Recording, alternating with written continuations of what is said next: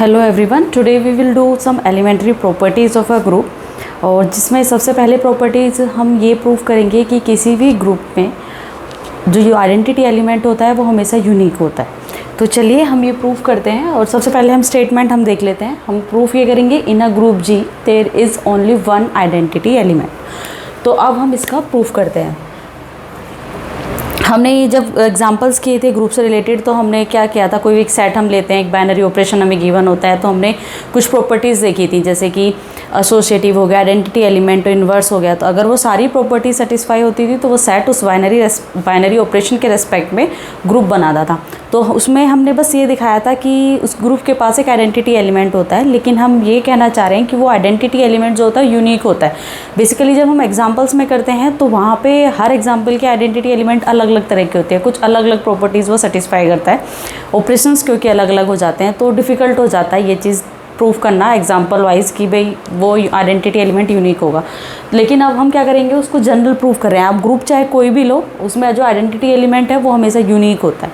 तो चलो हम बाय कॉन्ट्राडिक्शन से हम इसको प्रूव करेंगे कि मान लेते हैं सपोज वो आइडेंटिटी एलिमेंट यूनिक नहीं है, एक से ज़्यादा है, दो ले लेते हैं। फिर हम ये प्रूव करेंगे कि वो दोनों आइडेंटिटी एलिमेंट सेम ही है। If possible suppose that both E and E prime are two identity element.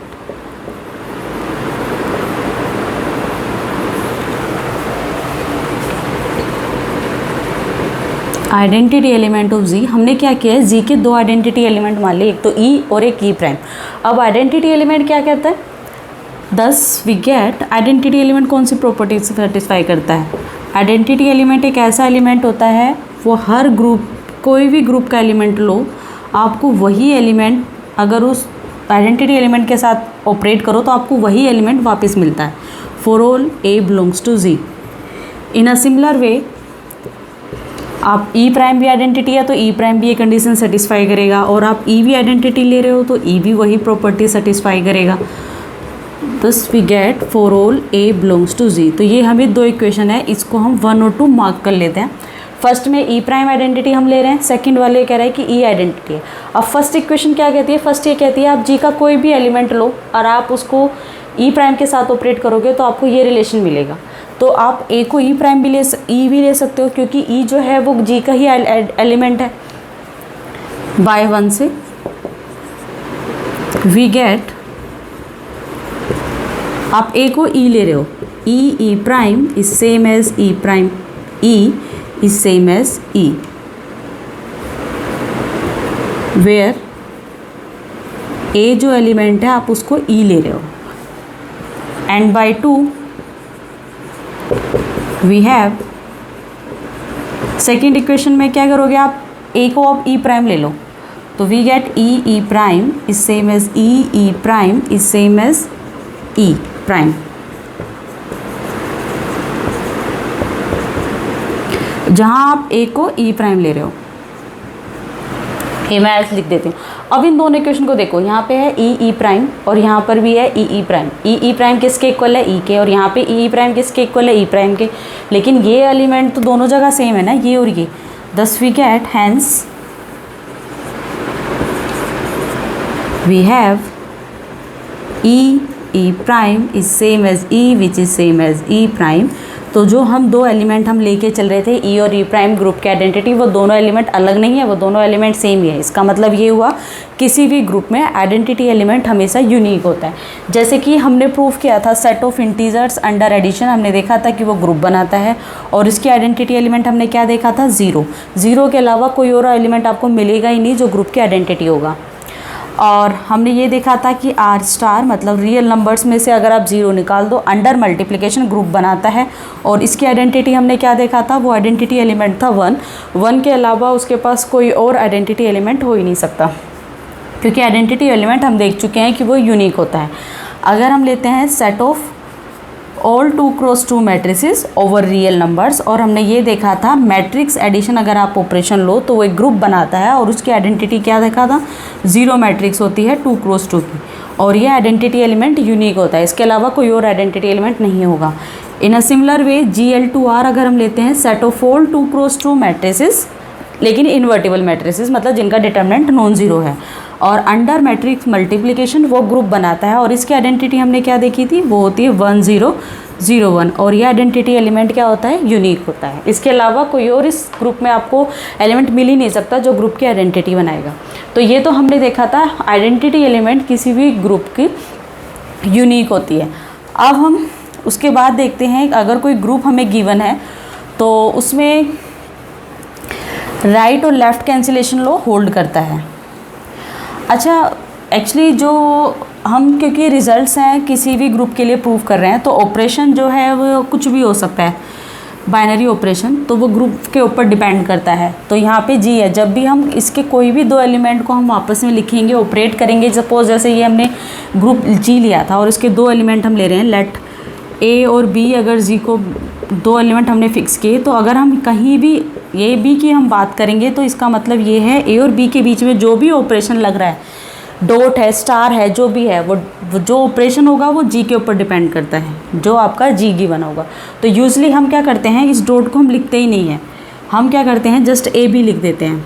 तो ये अंडरस्टूड है कि जो ऑपरेशन है ए और बी में लग रहा है वो वही ऑपरेशन है जो जी का ऑपरेशन आपको गिवन होगा, मतलब जी जिस ऑपरेशन के साथ ग्रुप बना है वही ऑपरेशन ए और बी के बीच में लग रहा होगा।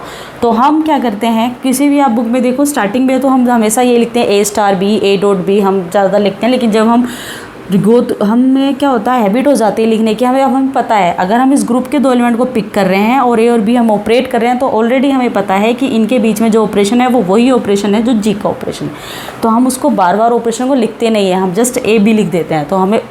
तो अगर हम कहीं भी ए बी अगर आपको लिखा मिल जाए तो इसका मतलब ये है कि ए और बी जिस भी ग्रुप के एलिमेंट है तो उनके बीच में ऑपरेशन उसी ग्रुप के ऑपरेशन लग रहा होगा। अब हम नेक्स्ट थ्योरम प्रूव करेंगे, लेफ्ट और राइट कैंसिलेशन लॉ। पहले देख लेते हैं कि भाई वो होता क्या है, उसके बाद हम उसका प्रूफ देखेंगे।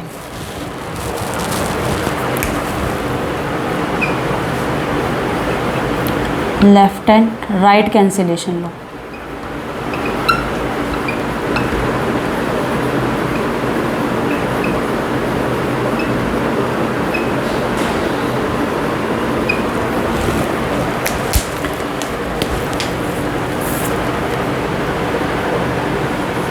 In a group G, right and left cancellation law hold.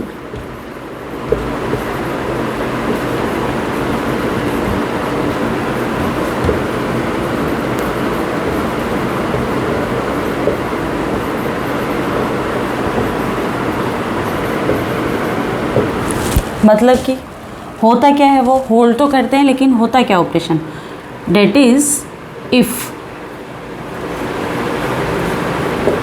आपके पास ग्रुप के दो एलिमेंट लिए हमने, एक तो लिया A B is same as A C, A की मल्टीप्लाई आप बी से भी कर रहे हो, ए की मल्टीप्लाई आप सी से भी कर रहे हो और आपको दोनों सेम मिल रहे हैं। देन इसका मतलब ये होगा कि ए जो है दोनों के लेफ्ट साइड में है तो वो कैंसिल आउट होके then we get B is same as C. तो इसको हम बोलते हैं, क्योंकि ए जो है वो लिखा है लेफ्ट साइड पे, तो इसको बोलते हैं लेफ्ट कैंसिलेशन। हमने लेफ्ट साइड से ए को कैंसिल करके बी इज सेम एज सी मिला।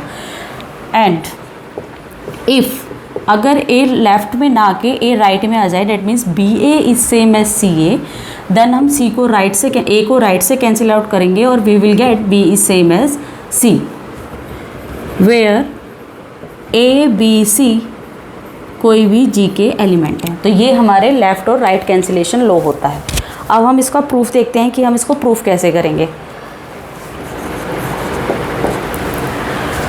सो लेट ए बी सी जी, हमने कोई भी ग्रुप के एलिमेंट हमने फिक्स कर लिए, such that we have A B is same as A C, ठीक है। और हम ये प्रूव करेंगे कि B is same as C. To proof ये करना है कि B is same as C, तो हम कैसे प्रूफ करेंगे। अब ए जो है वो जी का एलिमेंट है, सिंस ए बिलोंग्स टू जी और जी ग्रुप है तो इसका मतलब ये है कि उसके हर एलिमेंट का इन्वर्स एग्जिस्ट करेगा, तो ए का भी इन्वर्स एग्जिस्ट करेगा। So there exist, since a belongs to G, there exist a element b in G, b already हम ले रहे हैं तो हम कुछ और ले लेते हैं D. There exist an element D belongs to G such that A का इन्वर्स हमें मिलेगा डी। इन्वर्स का मतलब है क्या है, ए में अगर हम डी ऑपरेट करते हैं इस राइट साइड से और लेफ्ट साइड से, वी विल गेट ग्रुप की आइडेंटिटी, और ई जो होगा वो है ग्रुप की आइडेंटिटी। तो हम जो है अब आगे जो भी हम क्लासेस लेंगे जिसमें भी हम कोई भी एग्जांपल लेंगे, जी अगर ग्रुप है तो हम ई को से हमेशा ग्रुप की आइडेंटिटी को डिनोट करेंगे कि ई का मतलब होगा आइडेंटिटी एलिमेंट। तो ग्रुप की आइडेंटिटी को हम हमेशा ई से ही लिखेंगे, where is the identity element of group. तो इस same is this. Now by one से पोस्ट प्री सॉरी ए जो है वो राइट लेफ्ट साइड में है, तो हम प्री मल्टीप्लाई करेंगे, प्री मल्टीप्लाइंग बाय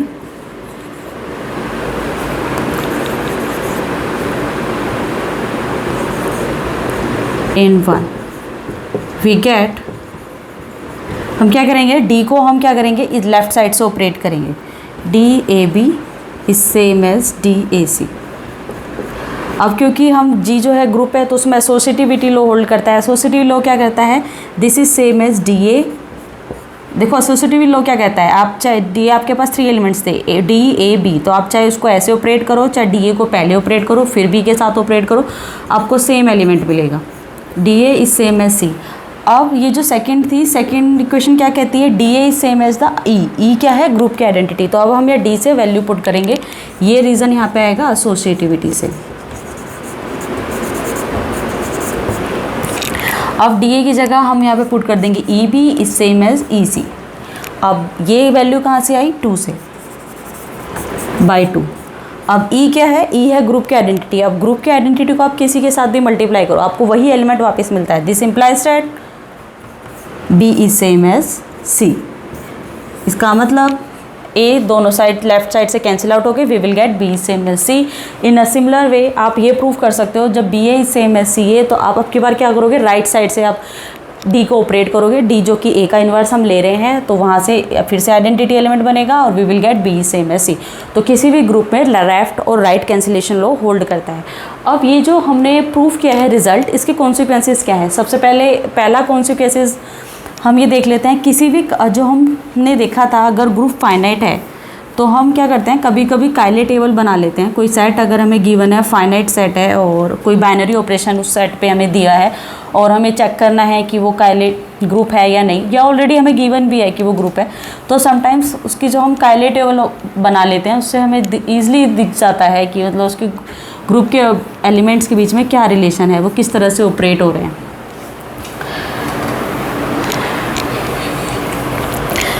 तो उससे एक नाइस प्रॉपर्टी आती है इस रिज़ल्ट से कायले टेबल की। और पहला कॉन्सिक्वेंसेस क्या है इस रिज़ल्ट का, वो हम लिख लेते हैं पहले। फर्स्ट कॉन्सिक्वेंसेस ये आता है, इन अ कायले table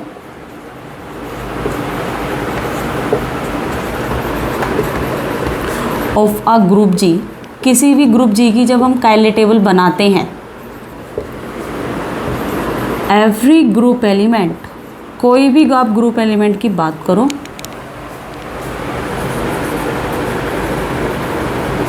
group element of G occurs exactly once in each row and column। मतलब कि देखो हम पहले देख लेते हैं क्या है।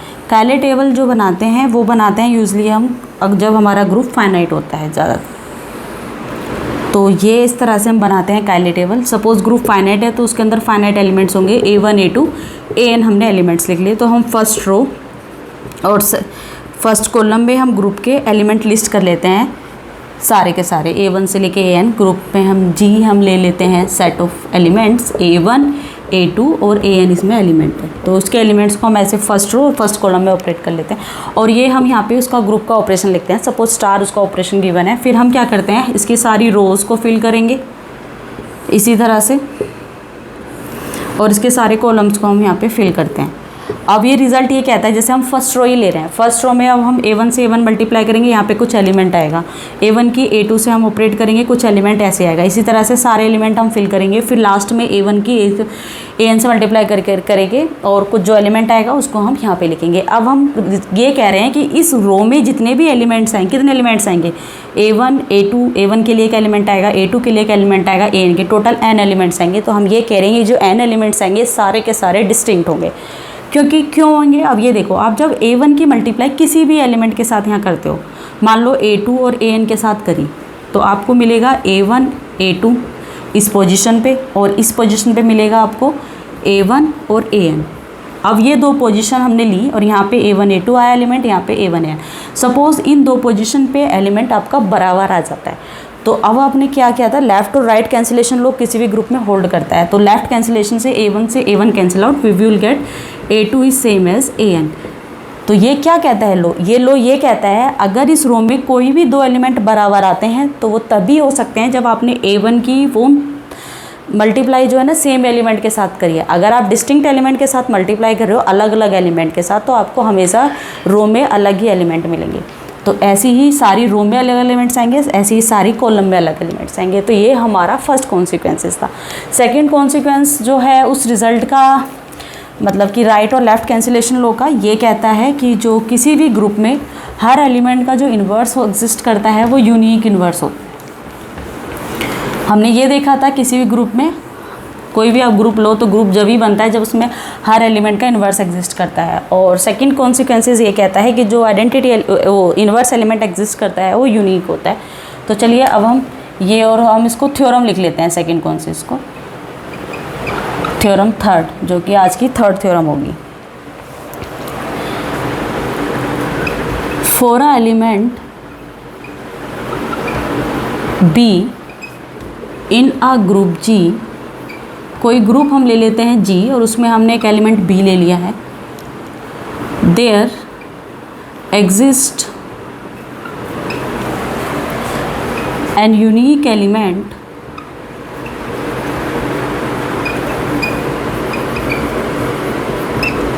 C in G such that BC is same as CB is same as E where E is the group identity element।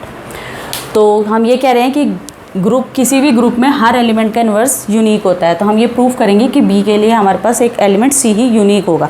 एक एलिमेंट तो ज़रूर मिलेगा, ये तो ग्रुप की प्रॉपर्टी है, लेकिन जो एलिमेंट वो मिलेगा वो यूनिक होगा, ये हम प्रूव करेंगे। तो उसके लिए हम लेट कर लेते हैं B, एक हमने G का कोई भी एक एलिमेंट फिक्स कर लिया है और हम ये प्रूफ करेंगे कॉन्ट्राडिक्शन से। सपोज़ हमारे पास दो ऐसे एलिमेंट मिल गए जो B के इन्वर्स हैं। Suppose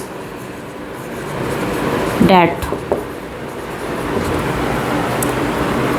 C and D both are the inverses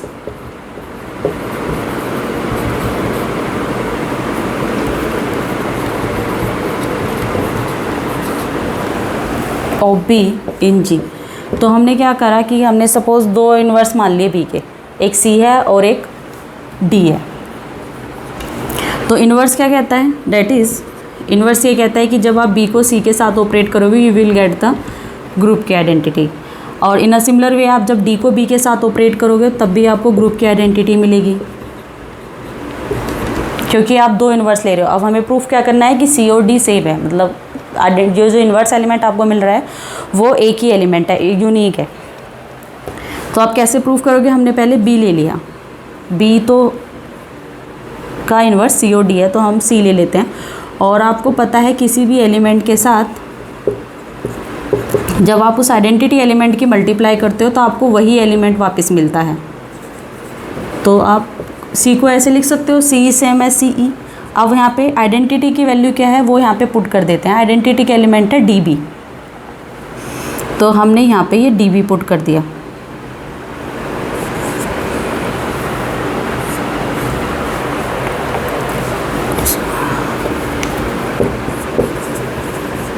BD ये हम लिख लेते हैं 1, ये हम लिख लेते हैं 2 और ये आ गया बाई 2 से हमने आइडेंटिटी की वैल्यू पुट कर दी बाय 2 से बी डी हमने यहाँ पे पुट कर दिया।